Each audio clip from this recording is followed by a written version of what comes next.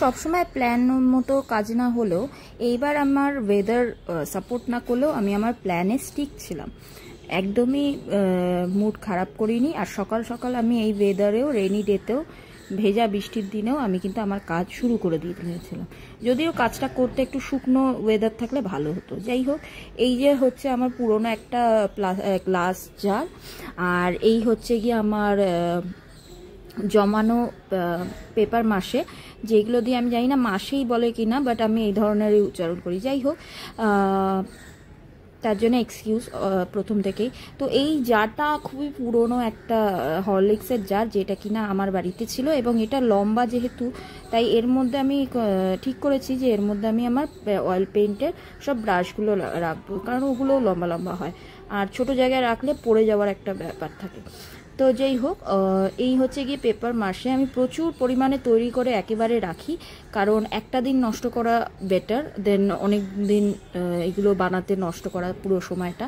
তো যাই হোক, এরকম শুকিয়ে তারপর রেখে দিই।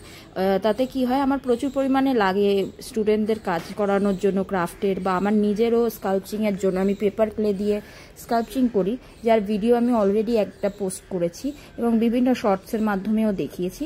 তো এইটা আমি ভেবেছিলাম যে কাঁচা হলুদ দিয়ে করব, তো ওটাকে জলে ভিজিয়ে দিয়ে আমি এখান থেকে রান্নাঘরের হলুদ নিলাম, কারণ কাঁচা হলুদ আমি পাইনি। আর একটু গ্লুয়ের সাহায্যে ওটাকে আমি কি করছি, আস্তে আস্তে সোক করে নিয়ে ওটাকে একটা পেস্ট বানানোর চেষ্টা করব। তো প্রথমে একদম ঝরঝরে হবে, এবং তারপরে যে জিনিসটা মানে একদম শুকনো হবে, ওইটা শুকিয়ে করার পর দেন আরও গ্লু যদি আমাদের লাগে, যেহেতু গ্লাস জার অবভিয়াসলি কাচের ওপর তো পেপার এত সহজে আটকাবে না, সুতরাং গ্লুটা একটু বেশি কিন্তু লাগতে পারে। তো পরবর্তীকালে আমি অল্প অল্প করে গ্লু নিয়ে আমি দেখছিলাম কতটা কি লাগে এবং কতটা কি হয়। তো এইভাবে শুকিয়ে নিয়ে এইগুলোকে একটু হালকা ভেজা থাকবে, যার জন্য ভেজালাম। অনেকেই বলতে পারে তো শুকনো তো আগেই ছিল, তবে পুরো শুকনো থাকলে হবে না, এই হালকা ভেজা থাকলে এই যে এরকম একটা মাটির মতো হয়ে যাবে, এবং এটা একদম খসখসে শুকনো। যদিও বাইরে এখনও বৃষ্টি পড়ে যাচ্ছে, তবু আমার জিনিসটা যেটা আমার ভয় লাগছিল যে হবে কি হবে না, সেটাতে কিন্তু হয়ে গেছে। তো এইরকম একটুখানি দেখা যাচ্ছে একটু বড় রোয়াও আছে কাগজের। তো যাই হোক, বাইরে বৃষ্টি থাকলেও আমার কিন্তু কাজ একদম শুকনো হয়েছে। এবং এইটাকে এখন শুকনো রাখলে চলবে না, এর মধ্যে আরও গ্লু ইউজ করে তারপর সেটার একটা মন্ডা বানিয়ে সেটাকে আমরা স্টিক করব। তো এই যে পেপার ক্লের ব্যাপারটা হয়ে গেছে, ঠিক আছে। এইটা হচ্ছে পেপার ক্লের ব্যাপারটা।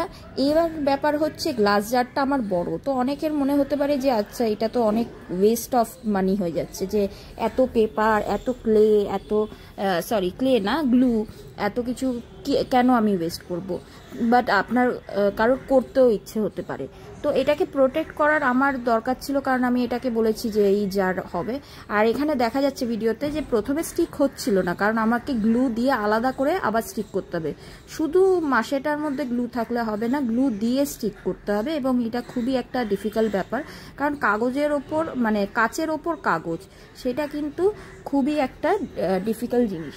এবার আসছি যেটা আমি বলছিলাম যে খরচার ব্যাপারটা। দেখো, এবার সবার নিজস্ব ব্যাপার আছে, কেউ যদি করতে চায় ছোট জিনিসের ওপরেও এটা করতে পারে, যার ছোট জ্যাম জার আছে, যেটা কিনা আমি পরবর্তীকালে করব, আমার এক্সট্রা থাকবে, এবং সেটা ভিডিওতে দেখা না গেলেও আমি পরবর্তীকালে দেখাবো। আমার আদার্স যে ব্রাশ রাখার জন্য যে ছোট ছোট জারগুলো আছে সেইগুলো কাচের, এবং সেইগুলোকেও আমি প্রোটেক্ট করব।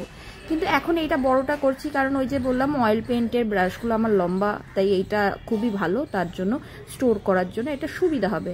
প্লাস এটা একটু ফ্র্যাজাইল, একটু পুরোনো দিনকার কাজ, তো তার একটু পাতলা কাজ, সুতরাং এটাকে আমায় প্রোটেক্ট করতেই হতো। তো সেই কারণেই আমি করছি এই বড় জারটাকে। আর কাগজের চিন্তা আমি করি না, কারণ আমার এখানে বেশিরভাগই নিউজ পেপার এবং ফেলানো কাগজ, আমি কোনো ন্যাপকিন কিনে এনে করছি না, সুতরাং ওয়েস্ট অফ মানি তো হচ্ছে না। গ্লু আমার থাকে আমার নিজস্ব কাজের জন্য, এবং আমার প্রজেক্ট করতে হয়, স্কুলের প্রজেক্টও আমি করে থাকি বাচ্চাদের, এবং বিভিন্ন কাজের জন্য আমার গ্লু লাগে, সুতরাং গ্লুও আমার ছিল, এক্সট্রা আমার কোনো খরচই হয়নি। আর হলুদ আমি খুব কমই দিয়েছি। এছাড়া অন্য ফ্রেগরেন্সের জন্য নর্মাল কালারও, বা কালারের জন্য নর্মাল কালার বা অন্য কিছুও দেওয়া যেতে পারে, বা অ্যাট অল নর্মাল রাখা যেতে পারে।